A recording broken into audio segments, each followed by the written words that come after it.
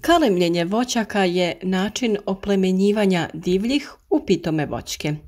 Radi se o vegetativnom razmnožavanju voćki na način da se prenose istovjetne osobine kalema na novu, do tada obično divlju voćku koju nazivamo podloga. Prije samog kalemljenja potrebno je pripremiti kalem grančice. Obično se kalemi uzimaju sa zdravijih i rodnijih stabala voća.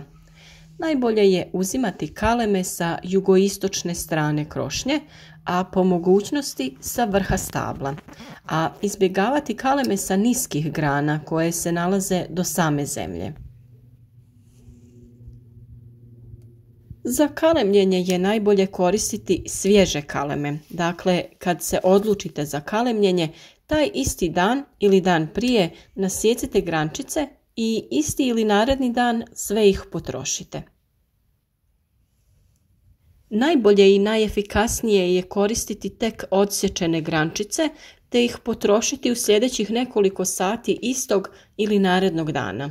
To će sigurno doprinijeti i većem procentu primljenih kalema. Naravno, moguće je kaleme usjeći u rano proljeće prije kretanja vegetacije i pupanja prvih pupoljaka, te uvezane u snopove skladištiti na nekom vlažnom i hladnom mjestu na temperaturi od 0 do 5 stepeni Celzijusa.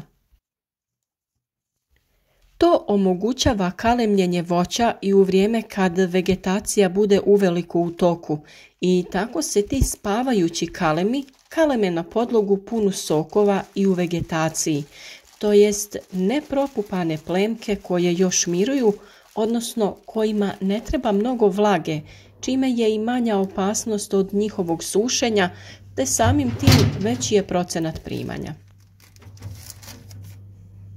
Cilj skladištenja plemki na hladnom mjestu je da kalemi kasnije krenu sa vegetacijom u odnosu na podlogu, jer ukoliko bi bilo obrnuto pa kalem propupa prije dolaska sokova iz korijena u stablo podloge, kalem bi ostao bez vode i hrane te bi se osušio. Najbitniji uslov uspješnog kalemljenja voća je da se kore podloge i plemke dodiruju na što većoj površini. Zatim je potrebno da su podloga i plemka kompatibilne, to jest podudarne jedna sa drugom. Na primjer, jabuka na divlju jabuku, kruška na divlju krušku ili dunju i sl. Puno je veći postotak primanja kada je podloga divlja vrsta voća nego kada se radi o već kalemljenoj pitomoj sorti. Također bitno je izabrati odgovarajuću tehniku kalemljenja u pravo vrijeme. Na primjer, kalemljenje na procijep i pod koru u proljeće, a kalemljenje na pup u ljeto. Voće se naime može kalemiti u toku cijele godine. Kada su u pitanju najraširenije i najjednostavnije tehnike kalemljenja voća metodama na procijep ili pod koru, tada je idealno vrijeme za kalemljenje voća, na primjer trešnje i višnje, od kraja januara do kraja marta. Za kruške, šljive, dunje, kajsije, breskve i mušmule od početka marta pa do početka aprila, a za jabuke od sredine marta do sredine maja. Ovo navedeno vrijeme kalemljenja voća je dato okvirno i isto treba uskladiti sa lokalnom klimom i naravno vremenskim prilikama. S druge strane, kalemljenje na pup se obavlja od kraja maja do kraja septembra, a najbolje u mjesecu augustu. Ovo je najefikasniji način kalemljenja za rasadničku proizvodnju. Kada su u pitanju tehnike kalemljenja voća, ima ih više, a neke od najpoznatijih su kalemljenje na budni ili spavajući pup, kalemljenje na list, na konus, pod koru, na procijep i engleski spoj. Za rasadničku proizvodnju je najbolje kalemljenje na pup. Međutim, ako čovjek vrši kalemljenje za vlastite potrebe i direktno u voćnjacima, kalemljenje na procijep je daleko najefikasnije. Iako je kalemljenje na pup također efikasno, s obzirom da se radi o niskom kalemljenju 10 do 20 cm od zemlje, iako se voćka primi, postoji opasnost da dođe do oštećenja kalema od strane životinja, ptica, pa čak i ljudi prilikom košenja trave. Tako da je za kalemljenje direktno u voćnjacima najbolje kalemljenje na procijep ili pod koru, i to na visini od 70 cm do 1,5 metar podloge od zemlje. Samim tim su manje šanse da se kalem pokosi ili na drugi način ošteti od strane ljudi ili da ga ptice i životinje slome.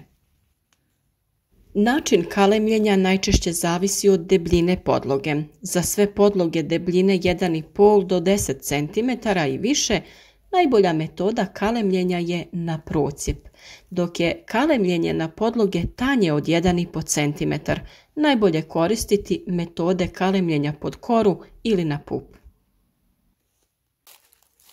Kalemljenje na procijep vrši se na način da se grančica kalemljene plemenite sorte voća usadi u tijelo divlje voćke, koju nazivamo podloga, a koja je prethodno skraćena sa žagom i poravnata skalperom ili nožem i nakon toga rascijepljena kroz sredinu nožem ili sjekirom ako se radi o debljoj podlozi, kako bi se napravio prostor za kalem. Obično se 2 kalema usade u rascijepljenu podlogu sa strana nastale šupljine, tako da dođe kora na koru kalema i podloge. Sama tehnika kalemljenja se izvodi na sljedeći način. Prvo treba pripremiti podlogu za kalemljenje. Podloga se očisti od svih bočnih grančica i lišća od zemlje do mjesta predviđenog za kalemljenje, obično 1 metar visine od zemlje. Zatim se makazama, ako je podloga tanja, ili nekom žagom ukoliko je podloga deblja, izvrši skraćivanje podloge. Zatim se oštrim skalpelom poravna gornji dio podloge i rascijepi kroz sredinu sjekirom ili nožem. Nakon toga se u rascijepljenu šupljinu u sredini ubaci mali drveni klin koji održava širinu šupljine dok vi pripremate i uštimavate kaleme u podlogu. Kaleme sa 3 do 6 pupoljaka pripremite u obliku klina oštrim skalperom ili nožem na način da dijelovi koji se usađuju u podlogu budu što duži i što veće površine kore. Zavisno od debljine podloge, 1, 2 ili više kalema usadite u podlogu na način da dođe kora na koru, to jest da kora kalema bude poravnata sa korom podloge. Nakon toga sa za to predviđenom trakom čvrsto stegnite kalem i umotajte ga na način da popunite sve praznine. Nakon toga usjecite 2 grančice u dužini do 30 cm i zalijepite ih uz podlogu kalema na način da budu par centimetara više od fidema i na taj način ga štite od fizičkih udara i ptica koje slete na kalem. Nakon toga preko tih zaštitnih grančica prebacite običnu PVC vrećicu, pažljivo da se ne ošteti fidem, i stegnite je i zavežite oko podloge kalema, tako da zrak ne bi ulazio i kako bi ona štitila fidem od mraza, prevelike suše, insekata ili fizičkih udara. Uz kalem, posebno ako je vjetrovito vrijeme, postavite barem jedan zaštitni kolac koji će svojom visinom nadmašiti kalem. Kod kalemljenja osjetljivih sorti voća poput breskve i kajsije potrebno je uzeti što manji kalem sa najviše 3 do 4 pupa. Za kalemljenje na pup, kaleme treba skidati neposredno pred kalemljenjem i sa njih skinuti lišće. Kalemljenje na pup se može vršiti u junu na budni pup, a u augustu i septembru na spavajući pup. Pri junskom kalemljenju pup kreće odmah čim se primi, zbog čega se ovo kalemljenje naziva i kalemljenje na budni pup, dok pri kalemljenju u augustu i septembru pup sraste sa podlogom i ostaje u spavajućem stanju do sljedećeg proljeća, zbog čega je ovo kalemljenje nazvano i kalemljenje na spavajući pup. Na očišćenom dijelu podloge 10 do 20 cm od zemlje napravi se uzdužni presjek oko 3 do 4 cm i poprečni oko 1 do 2 cm u vidu slova T. Drugom tupom stranom noža se odvoji kora od drveta.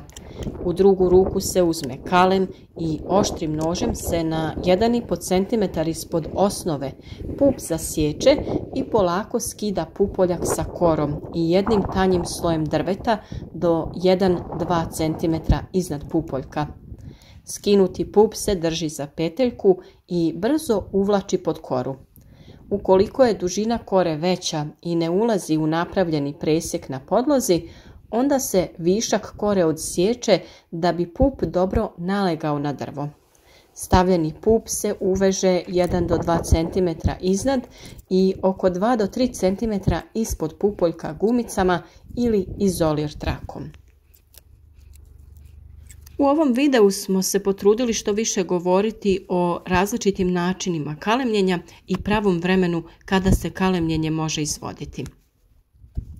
Spominju se tu naravno i nazivi pojedine vrste kalemljenja te nazivi dijelova koji se u tom postupku koriste.